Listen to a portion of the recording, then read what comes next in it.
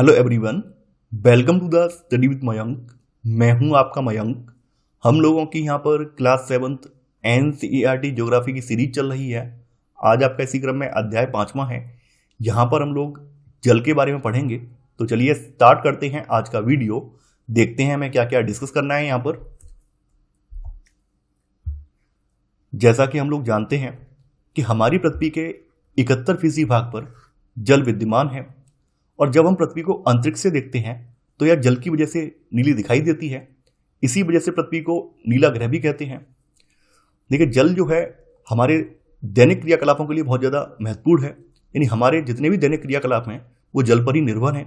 चाहे सुबह हम लोग फ्रेश होने जाते हैं, नहाते धोते हैं, उसके लिए भी हमें जल की आवश्यकता पड़ती है। कपड़े धोने के लिए भी जल की आवश्यकता पड़ती है।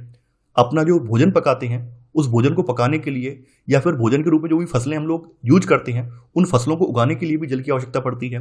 हम लोग जो घर वगैरह बनाते हैं, गाड़ियां वगैरह अपनी साफ करते हैं, उन सब कामों के लिए जल की आवश्यकता पड़ती है। यानी जल हमारे जीवन का आधार है। अगर जल नहीं होगा तो आने वाला कल भी नहीं होगा, ऐसा आपने सुना होगा। आपने एक रहीम जी का एक बहुत फेमस दोहा है कि रहमन पानी राखिए, बिन पानी सब सून, पानी गए ना उबरे, मोती मानुस चून। तो रहीम जी का बहुत ही प्रसिद्ध दोहा है ये, जो कि पानी की महिमा को बताता है कि पानी को हमें बचा के रखना चाहिए। अगर पानी चला गया, गायब हो गया, तो ना तो मोती उभरेगा, ना मनुष्य उभरेगा, और ना ही हम उससे आटा मार पाएंगे। ऐसे करके उस दोहे का भावार्थ निकल कर आता है। तो पानी की महिमा या पानी की महत्ता रहीम जी ने भी बताई है। तो हम लोग जो जल इस्तेमाल करते हैं अपने दैनिक क्रियाकलापों के लिए, जल लोग इस्तेमाल करते हैं, वो हमें विभिन्न स्रोतों से प्राप्त होता है। या तो हम इसको जो है हैंडपंप के जरिए, या फिर कुओं के जरिए, या फिर मोटर इत्यादि के जरिए भूमि से निकालते हैं, या फिर हमारे यहाँ जल की सप्लाई जो है नगरपालिका के पाइपों के जरिए, नगरपालिका की जो टंकियां वगैरह होती हैं उनके जरिए सप्लाई होती है। कभी कभी क्या होता है कि जो वर्षा जल होता है, वर्षा जल का हम संचय करके वर्षा जल का हम लोग प्रयोग करते हैं। तो आपके मन में ख्याल आता होगा कि ये जल जो है कभी बादलों के रूप में बरसता है, तो कभी हम इसको ग्राउंड जल के रूप में निकाल रहे हैं। तो ये जल आता कहाँ से है? आकाश में जल ये कहाँ से जा रहा है? ग्राउंड वाटर के रूप में जल ये कहाँ से आ रहा है? ये पूरा का पूरा जो जल है, ये जल का जो प्रक्रिया है, इसको जल चक्र कहा जाता है। यानी जल चक्र के माध्यम से जल जो है अंतरिक्ष में जाता है, जो कि बादलों के रूप में पहुंचता है, और वहां से बरसकर फिर ये जमीन पर गिरता है, और जमीन पर गिरने के बाद फिर ये ग्राउंड वाटर के रूप में स्टोर होता है, जिसको हम इस्तेमाल करते हैं। तो यहाँ पर वही जल चक्र समझाया गया है। जैसा कि आप लोग पहले पढ़ चुके हैं कि हमारी पृथ्वी पर ऊर्जा का एकमात्र स्रोत जो है सूर्य है, और सूर्य के ताप की वजह से जो जल है वो लगातार वाष्पीकृत होता है। जल लगातार जल का वाष्पन होता है। जब जल वाष्पित होता है तो ये आकाश में उड़ जाता है, यानी जलवाष्प बनकर आकाश में उड़ जाता है। और जैसा कि आप लोग पहले पढ़ चुके हैं कि जैसे जैसे हम ऊंचाई बढ़ती जाती है, जैसे जैसे ऊंचे टेम्परेचर पर ऊंची हाइट पर जाते हैं, वैसे वैसे टेम्परेचर में गिरावट आती जाती है। तो जब जल जलवाष्प बन के ऊपर उड़ता है तो ऊपर ऊंचाई पर पहुंचने के बाद ये ठंडा होने लगता है। जलवाष्प जो है ठंडी होने लगती है। तो ठंडी होने पर ये संघनित हो जाती है। ये ठंडी होने पर जलवाष्प पुनः जल में परिवर्तित हो जाती है और ये बादलों का रूप ले लेती है। जब जल की बूंदें बहुत ज़्यादा भारी हो जाती हैं तो भारी होने पर यह वर्षा के रूप में, या फिर हिम या फिर सहिम वृष्टि, छोटे छोटे ओले या बड़े ओलों के रूप में धरती या समुद्र पर नीचे गिरती हैं। तो ऐसे करके जल हमें धरती पर प्राप्त होता है, और फिर ये धरती पर जब गिरता है तो धरती के अंदर जो मिट्टी है, मिट्टी से रिस रिस कर नीचे जो ग्राउंड कोटर्स बने हुए हैं, धरती के अंदर कोटर्स बने हुए हैं, उनमें ये भर जाता है। फिर बाद में हम इसको ग्राउंड जल के रूप में, यानी भौम जल के रूप में बाहर निकाल लेते हैं। तो ऐसे करके जल जो है वातावरण में, जल जो है ग्राउंड वाटर के रूप में हमें उपलब्ध होता है। तो पूरा का पूरा ये प्रक्रिया जो है ये जल चक्र कहलाती है। यानी जिस प्रक्रिया में जल लगातार अपने स्वरूप को बदलता रहता है और महासागरों, वायुमंडल और धरती के बीच चक्कर लगाता रहता है, उसको जल चक्र कहते हैं। यानी जिस प्रक्रिया के तहत पूरा का पूरा प्रोसेस चलता है कि महासागरों से जल वायुमंडल में जा रहा है, वायुमंडल से जल जो धरती के बीच में आ रहा है, देन धरती के अंदर जा रहा है, और फिर ये पूरा का पूरा जल जो चक्र चल रहा है इसको जल चक्र कहा जाता है। हमारी पृथ्वी जो है थलशाला के समान है। थलशाला का मतलब होता है छोटे घर के पौधे रखने का एक कृत्रिम अहाता, उसको थलशाला कहा जाता है। यानी कहने का मतलब यह है कि हमारी पृथ्वी पर जो जल की मात्रा है ये हमेशा 71% ही रहती है। ऐसा नहीं है कभी जल की मात्रा 65% रह जाए, 66% रह जाए, ऐसा नहीं है। ये जरूर हो सकता है कि जल का वितरण असमान हो। तो असमान होने की वजह से कहीं कहीं क्षेत्रों में जल बहुत ज़्यादा उपलब्ध है, कहीं कहीं क्षेत्रों में जल उपलब्ध है ही नहीं। लेकिन जल जो है हमारी पृथ्वी पर एक समान मात्रा में ही रहता है। जल हमारे यहाँ जो आज से शताब्दियों पहले जितनी जल की मात्रा थी वही मात्रा आज भी है। ऐसा जरूर हो सकता है कि जो जल हम इस्तेमाल कर रहे हों वो जल दूषित हो जाए, तो दूषित होने की वजह से हम जल की जो मात्रा है कम हो जाए, ये हो सकता है। लेकिन जल की मात्रा ओवरऑल टोटल जो मात्रा है वो 71% की 71% ही रहेगी। ये बात आपको ध्यान रखनी है। अलवड़ जल या फिर मीठे पानी के मुख्य स्रोत नदी, तालाब, सोते और हिमनद इत्यादि हैं। जिनसे हमें अलवड़ या फिर मीठा पानी प्राप्त होता है। महासागरों और समुद्रों का जल जो है ये लवड़ी है। लवड़ी का मतलब इसमें नमक घुला हुआ है, सोडियम क्लोराइड लवड़ इसमें घुला हुआ है। इसी वजह से हम महासागर या समुद्र का जल सीधे तौर पर इस्तेमाल नहीं कर सकते हैं। लवणता 1000 ग्राम जल में मौजूद नमक की मात्रा होती है। महासागर की अगर लवणता की बात करें तो महासागर की औसत लवणता जो है 35 भाग प्रति 1000 ग्राम है। यानी कहने का मतलब ये है कि महासागर के 1000 ग्राम जल में 35 भाग लवणता घुली हुई है। सबसे ज्यादा लवणता जो है पृथ्वी पर इजराइल के डेड सी में पाई जाती है।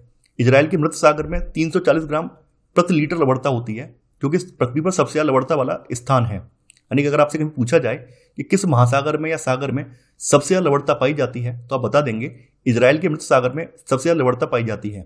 इजराइल के मृत सागर में 340 प्रति लीटर लवणता पाई जाती है, 340 ग्राम प्रति लीटर लवणता पाई जाती है। और इतनी ज़्यादा लवणता इसमें होने की वजह से यहाँ पर जो जल है वो बहुत ज़्यादा भारी है। और यहाँ पर जब भी कोई व्यक्ति इसमें पानी में उतरता है तो डूबता नहीं है, क्योंकि जल बहुत ज़्यादा भारी है। इसी वजह से इसमें तैराक जो है ऊपर ऊपर तैरते रहते हैं। अब देखिए यहाँ पर जल का वितरण बताया गया है।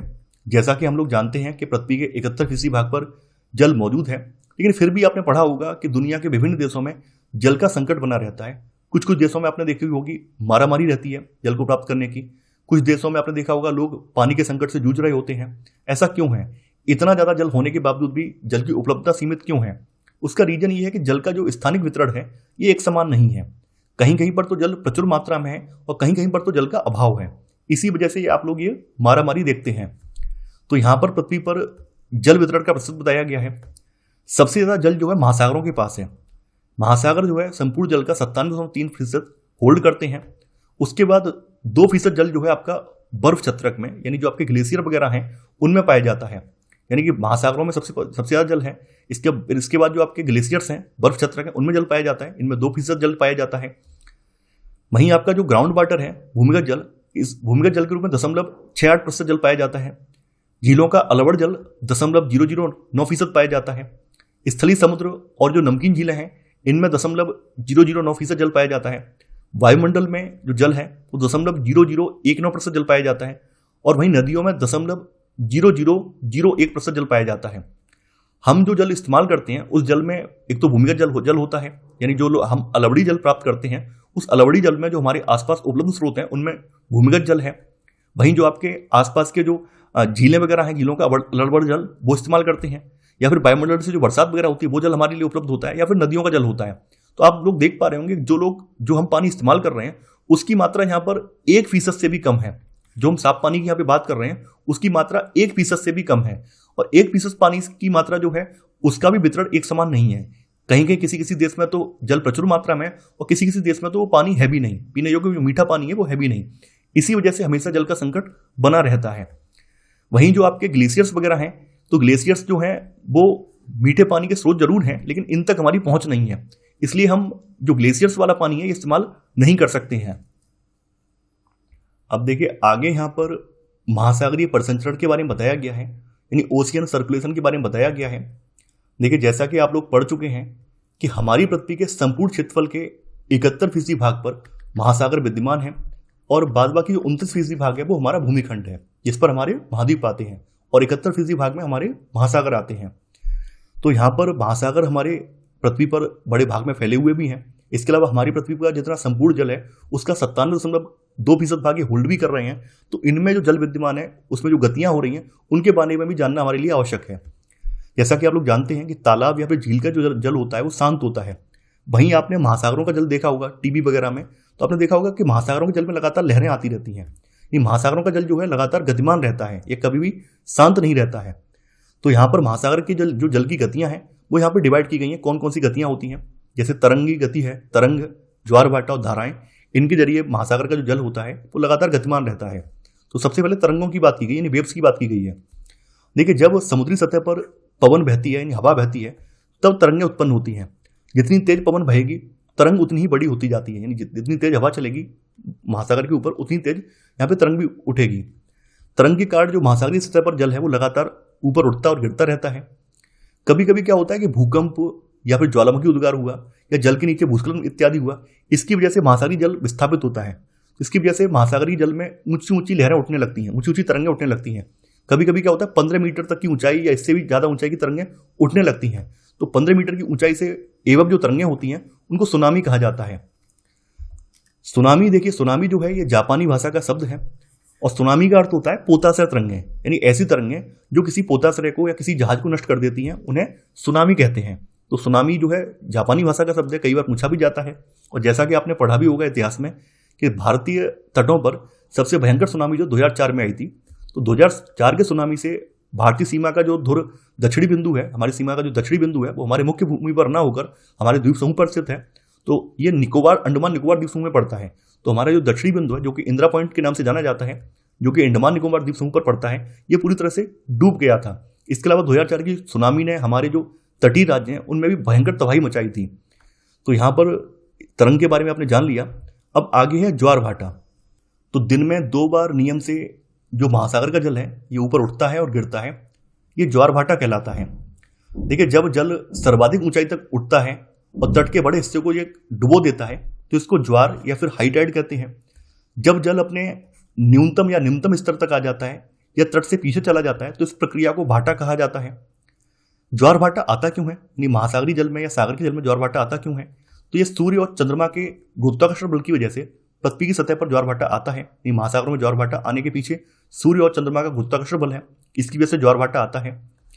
यहाँ पर बृहद ज्वार की स्थिति बताई गई कि बृहद ज्वार कब आता है।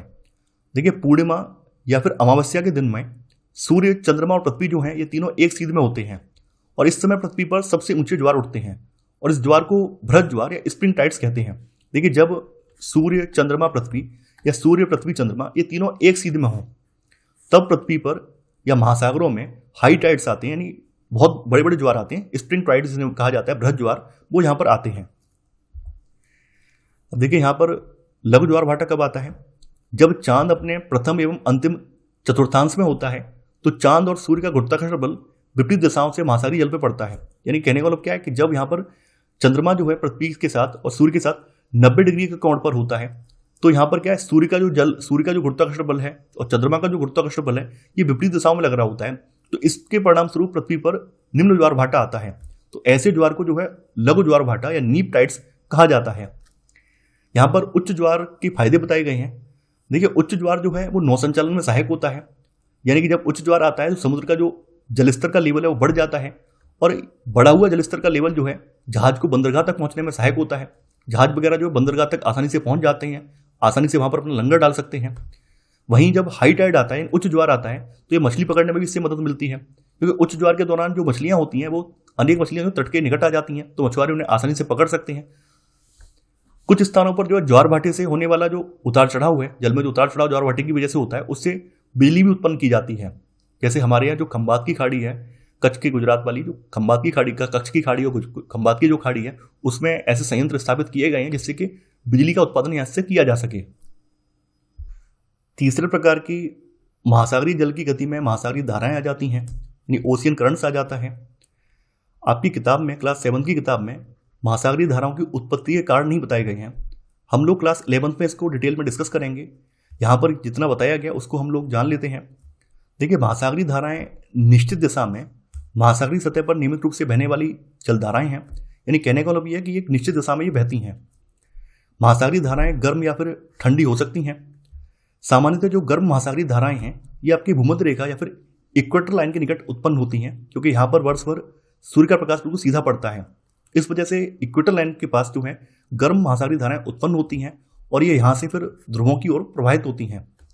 वहीं जो ठंडी धाराएं हैं वो ध्रुवों में या फिर जो उच्च अक्षांश हैं, उत्तरी गोलार्ध या दक्षिणी गोलार्ध के जो उच्च अक्षांश हैं वहाँ पर उत्पन्न होती हैं और वहाँ से ये उष्णकटिबंधीय या फिर निम्न अक्षांशों की ओर ये प्रवाहित होती हैं।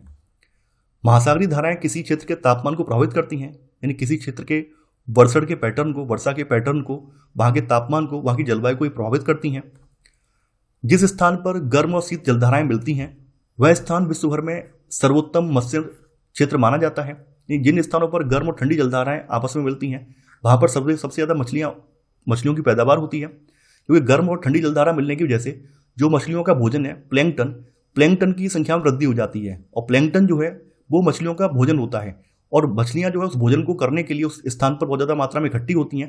तो यही कारण है कि जो गर्म और ठंडी जलधारा वाले स्थान है जहां पर दोनों जलधाराएं मिलती हैं, वहां पर सबसे बड़े मत्स्य क्षेत्र स्थित हैं। देखिए, आपकी क्लास 7 की किताब में महासागरीय धाराओं का केवल डायग्राम दिया गया है, धाराओं के बारे में डिटेल में चर्चा नहीं की गई है। उस डायग्राम में केवल लाल और नीले के जरिए धाराओं को समझाया गया है। जो लाल रंग के निशान हैं वो गर्म जलधाराओं को डिनोट कर रहे हैं और जो नीले रंग के निशान हैं वो ठंडी जलधाराओं को डिनोट कर रहे हैं। तो ऐसे करके वहाँ पर जलधाराओं के नाम लिख दिए गए हैं, उनके बारे में डिटेल में नहीं बताया गया है। चूंकि हम लोग एनसीईआरटी का अध्ययन यूपीएससी के पॉइंट ऑफ व्यू से कर रहे हैं या फिर प्रतियोगी परीक्षाओं के पॉइंट ऑफ व्यू से कर रहे हैं, तो हमारे लिए हर चीज़ डिटेल में पढ़ना आवश्यक है। तो हमने यहाँ पर कुछ कंटेंट स्टैंडर्ड बुक से कॉपी किया है ताकि आपको महासागरीय धाराओं के बारे में और विस्तार में समझाया जा सके। तो हमने यहाँ पर जितनी भी धाराएं हैं उन सब के बारे में कंटेंट यहाँ पर लिया है और उन सब के बारे में आपको बताएंगे, ताकि जब भी आपके सामने इससे संबंधित कोई प्रश्न आए तो आप उसको गलत करके ना आएँ, उसको आप सही अटेम्प्ट करके आएँ। तो सबसे पहले हम लोग देखेंगे प्रशांत महासागर की धाराएं, और प्रशांत महासागर की धाराओं में भी सबसे पहले हम लोग उत्तरी प्रशांत महासागर की धाराओं के बारे में पढ़ेंगे। यानी इस वाले पोर्शन की जो धाराएं हैं उन धाराओं के बारे में हम लोग यहाँ पर पढ़ेंगे। तो सबसे पहली धारा है उत्तरी विस्वतीय धारा, जो कि गर्म जल धारा है। देखिए, उत्तरी विस्वतीय धारा जो है ये मध्य अमेरिका के पश्चिमी तट से आरंभ होती है और यहाँ से आरंभ होकर ये पूर्व से लेकर पश्चिम होती हुई फिलीपाइन द्वीप समूह तक जाती है। यानी कि ये आपका जो उत्तरी प्रशांत महासागर है, उत्तरी प्रशांत महासागर के पूर्वी साइड में यहाँ से उत्पन्न हो रही है और यहाँ से उत्पन्न होकर ये पश्चिम की ओर जाती हुई फिलीपाइन द्वीप समूह तक ये जाती है। इसके बाद है आपकी क्यूरोसिवो धारा, ये भी एक गर्म धारा है। देखिए, उत्तरी विस्वतीय धारा फिलीपाइन द्वीप समूह के साथ ताइवान और ऊपर जापान, ये ऊपर यहाँ पर ताइवान पड़ रहा है और ऊपर इस साइड में जापान, तो ताइवान और जापान के तटों के साथ लगते हुए उत्तर की ओर बहती है। वहां पर इसको क्यूरोसिवो धारा कहते हैं। यानी कहने का मतलब ये है कि क्यूरोसिवो धारा जो है ये उत्तरी विस्वतीय धारा का ही अग्रगामी विस्तार है। यानी कि उत्तरी विस्वतीय धारा को आगे चलकर जो है क्यूरोसिवो धारा के नाम से ही जाना जाता है और ये भी एक गर्म जल धारा है। इसके बाद है फिर उत्तरी प्रशांत गर्म प्रवाह, यानी उत्तरी प्रशांत गर्म प्रवाह। जापान के दक्षिण पूर्वी तट पर पहुंचने के बाद जो क्यूरोसिवो धारा है यह प्रचलित पछुआ पवनों के प्रभाव से महासागर के पश्चिम से पूर्व की ओर बहने लगती है। देखिए, जापान के दक्षिण पूर्वी तट पर जब ये यहाँ पर पहुंच जाती है, यहाँ पर ये पहुंच गई, जापान का दक्षिण पूर्वी तट है, इस साइड में यहाँ पर पहुंच गई, तो यहाँ से जो पश्चिमी पवनें चल रही हैं, पछुआ पवनों का प्रभाव इस पर पड़ता है। तो पछुआ पवनों का प्रभाव पड़ने की वजह से यह धारा जो है पश्चिम से पूर्व मुड़ जाती है। यानी यहाँ से, यानी ये आपका वेस्ट पोर्शन है और ये वाला ईस्ट पोर्शन है, तो यहाँ से ऐसे करके आगे तरफ ये मुड़ जाती है, पश्चिम से पूर्व ये मुड़ जाती है, तो पश्चिम से पूर्व की ओर बहने लगती है। इसके कारण इसको जो है उत्तरी प्रशांत गर्म प्रवाह नाम दिया गया है। यानी इसकी वजह से इसको जो है उत्तरी प्रशांत गर्म प्रवाह का नाम दिया गया है। उत्तरी प्रशांत धारा जो है जब उत्तर अमेरिका के पश्चिमी तट पर पहुंचती है तो ये दो धाराओं में डिवाइड हो जाती है। यानी जब ये उत्तरी प्रशांत गर्म प्रवाह जो है जब ये पश्चिम अमेरिका के तट पे पहुंचता है तो दो पार्ट में डिवाइड हो जाता है, एक तो उत्तर की ओर मुड़ जाती है और फिर से एक दक्षिण की ओर मुड़ जाती है। तो यहाँ पर एक दो शाखाओं में डिवाइड हो गई है। तो इसकी एक शाखा जो है कैलिफोर्निया धारा के नाम से जानी जाती है, जो कि एक ठंडी धारा है। जैसा कि आप देख पा रहे हैं, इसकी एक शाखा जो कैलिफोर्निया धारा है, ये वाली जो धारा है जो कि एक ठंडी धारा है। तो दक्षिण की ओर मुड़ने वाली शाखा जो है कैलिफोर्निया तट के साथ साथ बहती है, इसलिए इसको जो है कैलिफोर्निया की धारा कहते हैं। और ऊपर जो दूसरी वाली धारा गई उत्तर की तरफ, इसको ब्रिटिश कोलंबिया या फिर अलास्का की गर्म जलधारा कहा जाता है। यानी उत्तरी प्रशांत धारा की उत्तर की ओर जाने वाली जो शाखा है जो कि वामवर्त मुड़ जाती है और ये ब्रिटिश कोलंबिया या फिर अलास्का के तट के साथ बहती है, तो इसको जो है ब्रिटिश कोलंबिया या फिर अलास्का की गर्म जलधारा कहते हैं। तो ये आपको याद रखना है। देखिए, जैसा कि आप यहाँ पर देख भी पा रहे हैं, यहाँ पर प्रशांत महासागर का आधा पोर्शन इस साइड में दिया गया है और आधा पोर्शन यहाँ पर इस साइड में दिया गया है। तो आप जैसा कि देख पा रहे हैं, हम पहले उत्तरी प्रशांत महासागर की बात कर रहे हैं। तो जैसा कि आप देख पा रहे हैं, यहाँ से क्यूरोसिवो धारा, ठीक है, फिर आगे यहाँ पर उत्तरी प्रशांत अपवाह आप देख पा रहे हैं, इसके दो पार्ट हो जाते हैं, एक अलास्का धारा और दूसरा कैलिफोर्निया धारा। आप देख पा रहे हैं, दक्षिण की ओर कैलिफोर्निया धारा ठंडी धारा है, अलास्का धारा जो है गर्म धारा है। अब आगे है चौथी धारा, ओयोसिवो की ठंडी जलधारा। देखिए, यह बेरिंग जलडमरू मध्य से शुरू होकर कमचटका प्रायद्वीप के पूर्वी तट के समीप उत्तर से दक्षिण की ओर बहने वाली ठंडी जलधारा है। देखिए, ये आपका कमचटका प्रायद्वीप है, ये यहाँ पे बेरिंग जलडमरू है। बेरिंग जलडमरू के बारे में आपने सुना होगा। बेरिंग जलडमरू जो है आपका, ये आपका प्रशांत महासागर को जो आपका आर्कटिक महासागर है उससे जोड़ता है। तो यह बेरिंग जलडमरू मध्य से शुरू होकर कमचटका प्रायद्वीप के पूर्वी तट, कमचटका प्रायद्वीप का जो पूर्वी तट है यहाँ के समीप से स्टार्ट होकर उत्तर से दक्षिण की ओर, यानी ऊपर से नीचे की ओर, इस साइड से इस साइड की ओर बहती है और ये ठंडी जलधारा है, क्योंकि ये उच्च अक्षांशों में उत्पन्न हो रही है, इस वजह से ये वाली धारा जो है ठंडी जलधारा है, यानी ओयोसु की धारा एक ठंडी जलधारा है। इसके बाद पांचवी जलधारा है ओखोत्स्क की ठंडी जलधारा, या फिर इसको क्यूराइल जलधारा भी कहा जाता है। देखिए यह जो है ओखोत्स्क सागर से शुरू होकर, रसिया का जो ओखोत्स्क सागर है वहां से शुरू होकर सखालिन द्वीप के पूर्वी तट के साथ बहती हुई जापान के होक्काइडो द्वीप, जापान के जो Hokkaido, Honshu, Hokkaido, Shikoku, Kyushu जो द्वीप है, तो उसके पास ओयोसिवो की जो धारा है उससे मिल जाती है।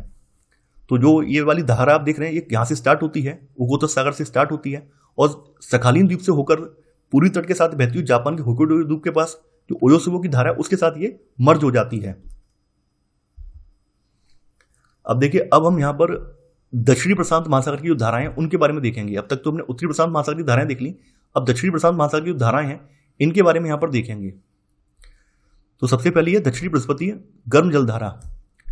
देखिए यह पूर्व में मध्य अमेरिका के तट में पश्चिम से ऑस्ट्रेलिया का जो पूर्वी तट है यहाँ तक जाती है, यानी ये भी यहाँ पर स्टार्ट होती है। मध्य अमेरिका का जो पश्चिमी वाला हिस्सा है यहाँ से स्टार्ट हो रही है, यानी पूर्व से स्टार्ट हो रही है और पश्चिम की ओर ये आ रही है और ऐसे करके ये ऑस्ट्रेलिया के पूर्वी तट तक आती है। ऑस्ट्रेलिया का जो पूर्वी तट है यहाँ तक ये आ रही है। पूर्वी ऑस्ट्रेलिया की गर्म जलधारा, यानी जो दक्षिणी बृहस्पति गर्म जलधारा है इसका ही अग्रगामी विस्तार जो है ये पूर्वी ऑस्ट्रेलिया की गर्म जलधारा है। तो यह पृथ्वी के घूर्णन की वजह से उत्पन्न जो कोरियोलिस बल है इसके प्रभाव से दक्षिण की ओर मुड़ जाती है, यानी दक्षिण बृहस्पति गर्म जलधारा जो है ये कोरियोलिस बल के प्रभाव में दक्षिण की ओर मुड़ जाती है और ऑस्ट्रेलिया के पूर्वी तट के साथ साथ ये बहने लगती है, यानी ऑस्ट्रेलिया का जो पूर्वी तट है इसके साथ साथ ये बहने लगती है। दक्षिणी प्रशांत जलधारा तस्मानिया के निकट, तस्मानिया देखिए तस्मानिया रीजन आप देख पा रहे हैं, ये वाला रीजन तस्मानियन रीजन है, ठीक है। तस्मानिया के निकट पूर्वी ऑस्ट्रेलिया धारा जो है ये पछुआ पवनों के प्रभाव में आ जाती है, यानी यहाँ से जो है जो पछुआ पवनें आ रही हैं इनके प्रभाव में आपकी पूर्वी ऑस्ट्रेलिया की गर्म जलधारा आ जाती है। तो तस्मानिया के निकट पूर्वी ऑस्ट्रेलिया की धारा जो है ये पछुआ पवनों के प्रभाव में आ जाती है और ये पश्चिम से पूर्व की ओर बहने लगती है, यानी यहाँ से ये पश्चिम से पूर्व की ओर इस तरह से बहने लगती है और यहाँ से इसे जो है दक्षिणी प्रशांत धारा के नाम से जाना जाता है। जैसा कि आप देख पा रहे हैं पश्चिमी वायु उपवाह की वजह से फिर से मुड़ गई है, जैसा कि आप यहां पर हल्का हल्का देख पा रहे हैं यहां पर। इसके बाद है फिर आपकी पेरू की ठंडी जलधारा, या फिर इसको हम्बोल्ट जलधारा भी कहा जाता है। देखिए जो दक्षिणी प्रशांत धारा है ये दक्षिण के तट पर पहुंचकर दक्षिण से उत्तर की दिशा में, दक्षिण के तट पर ही पहुंच गई ऐसे करके और दक्षिण से फिर उत्तर की दिशा में इस तरह से ऊपर की ओर पेरू के तट के समानांतर बहने लगती है, जो अंत में दक्षिणी बृहस्पति धारा में विलीन हो जाती है। अंत में फिर से ये यहाँ से देखिए जैसा कि आप देख पा रहे हैं, जैसा कि मैंने आपको बताया था तो दक्षिणी प्रशांत जलधारा है ये यहाँ से आगे बढ़ गई है और जो आपका दक्षिण अमेरिका का जो दक्षिणी किनारा है यहाँ पर पहुंच जाती है और यहाँ से फिर ये उत्तर की ओर बढ़ने लगती है। जब उत्तर की ओर बढ़ती है तो ठंडी जलधारा के रूप में कन्वर्ट हो जाती है, गर्म जलधारा जो ठंडी हो जाती है और ठंडी जलधारा होने के उपरांत जो है ऊपर की ओर बढ़ती है और पेरू के तट के समानांतर ही बहने लगती है। पूरे पेरू का जो तट है इसके समानांतर बहने लगती है और पुनः जो दक्षिणी बृहस्पति जलधारा है उसमें जाके मर्ज हो जाती है, जैसा कि आप यहां पर देख पा रहे हैं ऊपर यहां पर जाके ये मर्ज हो गई है। प्रतिबृहस्पति जलधारा, प्रतिबृहस्पति का मतलब क्या है कि बृहस्पत रेखा के दोनों ओर उत्तरी और दक्षिणी बृहस्पति धाराओं के द्वारा प्रशांत महासागर के पश्चिमी भाग में विशाल जलराशि एकत्र होने से पश्चिम से पूर्व दिशा में प्रतिबृहस्पति जलधारा का जन्म होता है। प्रतिबृहस्पति का मतलब क्या है कि यहां पर आप देख पा रहे हैं पूर्व से पश्चिम जो गर्म जलधारा है ये प्रवाहित हो रही है, तो इसकी वजह से यहां पर ही आपस में ये फ्लो यहां पर मुड़ता है, फ्लो यहाँ पर आपस में ही यहाँ पर मर्ज होता है, तो इसकी वजह से यहाँ पर एक प्रतिबृहस्पति जलधारा यहाँ पे उत्पन्न होती है जो कि पश्चिम से पूर्व दिशा में चलने लगती है। अब देखिए इसके बाद है अटलांटिक महासागर की धाराएं। तो यहाँ पर हमने अभी अटलांटिक महासागर की धाराओं को भी प्रशांत महासागर की धाराओं की तरह दो पार्ट में डिवाइड कर लिया है, यानी एक तो उत्तरी अटलांटिक महासागर की धाराएं हैं और दूसरा दक्षिणी अटलांटिक महासागर की धाराएं हैं। तो यहाँ पर भी आपको वही पैटर्न देखने को मिलेगा जैसा पैटर्न आपने प्रशांत महासागर की धाराओं में देखा था। तो यहाँ पर भी है उत्तरी विषुवतीय गर्म जलधारा। यह जो जलधारा है ये विषुवत रेखा के समीप उत्तर में स्तनमार्गी पवनों के प्रभाव से पूर्व में अफ्रीका के तट से पश्चिमी द्वीप समूह तक बहती है। यानी जो अटलांटिक महासागर का पूर्वी हिस्सा है, पूर्वी हिस्सा कौन सा होगा? जो अफ्रीका महाद्वीप का जो पश्चिमी तट है वही तो पूर्वी हिस्सा होगा। तो यहाँ से स्टार्ट होकर ये पश्चिम में जो द्वीप समूह पड़ते हैं जिनको वेस्ट इंडीज कहा जाता है, ये वाले जो द्वीप समूह पड़ रहे हैं यहाँ तक ही बहती है। एंटलीज की गर्म जलधारा दक्षिण अमेरिका के पूर्वी तट के अवरोध की वजह से, दक्षिण अमेरिका का आपका ये वाला दक्षिण अमेरिका है, तो दक्षिण अमेरिका का जो पूर्वी तट है यानी ये वाला जो हिस्सा है, इस हिस्से की बात हो रही है। तो दक्षिण अमेरिका के पूर्वी तट के अवरोध की वजह से जो दक्षिणी बृहस्पति जलधारा है इसका विभाजन दो शाखाओं में हो जाता है, यानी दो शाखाओं में डिवाइड हो जाती है। इसकी जो उत्तरी शाखा है, इसकी जो उत्तरी वाली शाखा है, ये उत्तरी विस्वती धारा में मिल जाती है और फिर आगे कैरिबियन सागर में, यानी ये उत्तरी विस्वती जलधारा में मिल गई इसकी एक शाखा, और आगे ये कैरिबियन, ये सागर जो आप देख रहे हैं यहाँ पर, ये कैरिबियन सागर है, सी लिख दे रहा हूँ मैं, कैरिबियन सागर है, इसमें ये प्रवेश कर जाती है और कैरिबियन सागर से फिर ये मैक्सिको की खाड़ी में प्रवेश करती है। तो इसे जो है कैरिबियन सागर में कैरिबियन जलधारा के नाम से जाना जाता है। इसका एक शेष भाग भी है, यानी इसका एक दूसरा भाग भी यहाँ पे डिवाइड हो जाता है। इसका शेष भाग पश्चिमी द्वीप समूह के पूर्वी किनारे, यानी जो आपका वेस्ट इंडीज कहा जाने वाला पश्चिमी द्वीप समूह है, यहाँ पे मैं डब्ल्यू लिख दे रहा हूँ, इसका जो पश्चिमी समूह है, एक धारा तो यहाँ पे अंदर चली गई इस तरह, और एक जो पश्चिमी द्वीप समूह का जो पूर्वी किनारा है इसके समानांतर ही बहती है, यानी इसका शेष भाग पश्चिमी द्वीप समूह के पूर्वी किनारे पर अंटाइल्स या फिर एंटली धारा के नाम से प्रवाहित होता है। मैं यहाँ पर एक बार मैप में दिखा दे रहा हूँ, जैसा कि आप यहाँ पर देख पा रहे हैं। देखिए मैं फिर से साफ कर दे रहा हूँ मैप। देखिए एक तो यहाँ पर जो आपकी धारा आई दक्षिणी विस्वती धारा, जो कि उत्तरी विस्वती धारा में यहाँ पे आके मिल गई है, इसका एक पार्ट तो यहाँ पर कैरिबियन जलधारा के नाम से जाना गया, और दूसरा पार्ट जो कि वेस्ट इंडीज के पूर्व में बह रहा है, ये एंटलीज या एंटाइल की धारा के नाम से जाना गया, जैसा कि आप यहाँ पर देख पा रहे हैं। फ्लोरिडा की गर्म जलधारा, देखिए उत्तरी और दक्षिणी विस्वती धारा का कुछ भाग मैक्सिको की खाड़ी में पहुंचता है, यानी जो आपकी कैरिबियन जलधारा है ये आगे चलकर जो है मैक्सिको की खाड़ी में पहुंचती है, और खाड़ी से जल की ये धारा जो है फ्लोरिडा के मुहाने से होकर, यानी ये जो है आप देख रहे हो हल्का सा हिस्सा देख रहे हैं फ्लोरिडा का मुहाना है, यहाँ से होकर ये बाहर खुले महासागर में निकलती है, और यहाँ पर ये एंटलीज की धारा इससे मिलती है। जैसा कि आप देख पा रहे हैं वेस्ट इंडीज द्वीप समूह के पूर्व में जो है एंटलीज की धारा बह रही है, तो वहीं पर ये धारा जो है आकर यहाँ से मिल जाती है, यानी कि यहाँ पर जो है जो कैरिबियन जलधारा है वो एंटलीज की जलधारा से मिल जाती है। फ्लोरिडा अंतरीप से यह सम्मिलित धारा संयुक्त राज्य अमेरिका के दक्षिण पूर्वी तट पर बहने लगती है। ये संयुक्त राज्य अमेरिका का जो दक्षिण पूर्वी तट है यहाँ पर ये बहने लगती है, और इसे हैट्रस अंतरीप तक फ्लोरिडा धारा के नाम से जाना जाता है, और वहां से आगे इसको जो है गल्फ स्ट्रीम की गर्म जलधारा के नाम से जाना जाता है। यानी हैट्रस अंतरीप से आगे ग्रैंड बैंक, जहां पर लेब्राडोर धारा और जो आपकी गल्फ स्ट्रीम धारा मिलती है वो हिस्सा ग्रैंड बैंक के नाम से जाना जाता है, यानी यहाँ पर सबसे ज़्यादा मछलियाँ पाई जाती हैं। तो हैट्रस अंतरीप से आगे ग्रैंड बैंक और फ्लोरिडा धारा को गल्फ स्ट्रीम धारा कहते हैं, जो न्यू फाउंडलैंड द्वीप के ग्रैंड बैंक तक इसी नाम से बहती है, यानी न्यू फाउंडलैंड द्वीप समूह यहाँ पे पड़ता है, तो यहाँ तक इसी नाम से ये बहती है। इसके बाद है लेब्राडोर की ठंडी जलधारा। देखिए यह जलधारा जो है ये बेफिन की खाड़ी और डेविस जलदमरू मध्य से लेब्राडोर तट के साथ उत्तर से दक्षिण की ओर बहती है, यानी ऊपर में यहाँ पर आप देख पा रहे होंगे ये कहाँ से कहाँ तक बेफिन की खाड़ी से स्टार्ट होकर डेविस जलदमरू मध्य से लेब्राडोर का जो तट है यहाँ तक ये साथ साथ बहती है, उत्तर से दक्षिण की ओर बहती है, और ग्रीनलैंड के दक्षिणी किनारे पर पूर्वी ग्रीनलैंड धारा से मिलती है। यानी यहाँ पर आप देख पा रहे होंगे यहाँ पर ग्रीनलैंड का जो दक्षिणी किनारा है यहाँ पर ये पूर्वी ग्रीनलैंड धारा से मिल रही है। उत्तरी अटलांटिक गर्म जलधारा, देखिए ग्रांड बैंक से गल्फ स्ट्रीम, जो आपका ग्रांड बैंक वाला ये वाला क्षेत्र है, यहाँ से गल्फ स्ट्रीम जो है ये पछुआ पवन के प्रभाव में आ जाती है, और पछुआ पवन के प्रभाव में आने की वजह से पूर्व की ओर मुड़ जाती है। यहाँ से पछुआ पवनें चल रही हैं, इनके प्रभाव में आ जाती है और ये पूर्व की ओर मुड़ जाती है, और अटलांटिक महासागर के आर पार ये उत्तरी अटलांटिक प्रवाह के रूप में बहने लगती है। अटलांटिक महासागर प्रवाह को पार करके ये उत्तरी अटलांटिक प्रवाह के रूप में बहने लगती है, और यहाँ से फिर इसकी दो शाखाएं हो जाती हैं, एक ऊपर की तरफ निकल जाती है और एक नीचे की तरफ चली जाती है। तो ऊपर की तरफ जो शाखा जा रही है वो नॉर्वे की गर्म जलधारा है। ये अटलांटिक महासागर के पूर्वी भाग में पहुंचकर जो उत्तरी अटलांटिक धारा है ये दो भागों में डिवाइड हो जाती है, जैसा कि आप देख पा रहे हैं। उत्तरी अटलांटिक धारा जो है दो पार्ट में यहाँ पर ये डिवाइड हो गई है। इसकी एक शाखा जो है नॉर्वे की गर्म जलधारा है, यानी इसकी मुख्य धारा जो है ब्रिटिश द्वीप समूह से होते हुई नॉर्वे तट तक पहुंचती है, और यहाँ इसे नॉर्वे की धारा कहते हैं। ये ब्रिटिश द्वीप समूह से होते हुए कहाँ तक जा रही है, नॉर्वे तक जा रही है, तो इसको जो है नॉर्वे की धारा कहते हैं, जो कि एक गर्म जलधारा है। वहीं कनारी की ठंडी जलधारा, यानी यहाँ से फिर से ये दक्षिणी की ओर मुड़ जाती है, और जो अफ्रीका वाला पोर्शन है अफ्रीका के पश्चिमी भाग में, अफ्रीका के पश्चिमी भाग में बहने लगती है, पश्चिमी भाग के समानांतर बहने लगती है। ये उत्तरी अटलांटिक प्रवाह की दूसरी शाखा जो है दक्षिण की ओर मुड़कर कनारी द्वीप तक पहुंचती है, और यह अपेक्षाकृत ठंडे क्षेत्र से गर्म क्षेत्र की ओर जाती है, यानी ठंडे क्षेत्र से गर्म क्षेत्र की ओर जाने की वजह से ये ठंडी हो जाती है। अब देखिए इसके बाद आ जाती हैं दक्षिणी अटलांटिक महासागर की धाराएं। तो देखिए जैसा कि आप लोग जानते हैं कि दक्षिणी अटलांटिक महासागर की धारा भी जो है ये अटलांटिक महासागर के पूर्वी हिस्से से निकल रही है, यानी कहने का मतलब यह है कि अफ्रीका महाद्वीप के पश्चिम से यहाँ से धारा स्टार्ट होती है ये, और जब ये धारा जो है दक्षिण अमेरिका महाद्वीप के उत्तर पूर्व में पहुंचती है तो अवरोध होने की वजह से ये दो पार्ट में डिवाइड हो जाती है। इसका जो उत्तरी वाला हिस्सा है ये ऊपर उत्तरी अटलांटिक या उत्तरी बृहस्पति गर्म जलधारा उसके साथ मिल जाता है, और इसका जो दक्षिणी वाला हिस्सा है ये ब्राजील की गर्म जलधारा के रूप में ब्राजील के तटों के समानांतर बहने लगता है।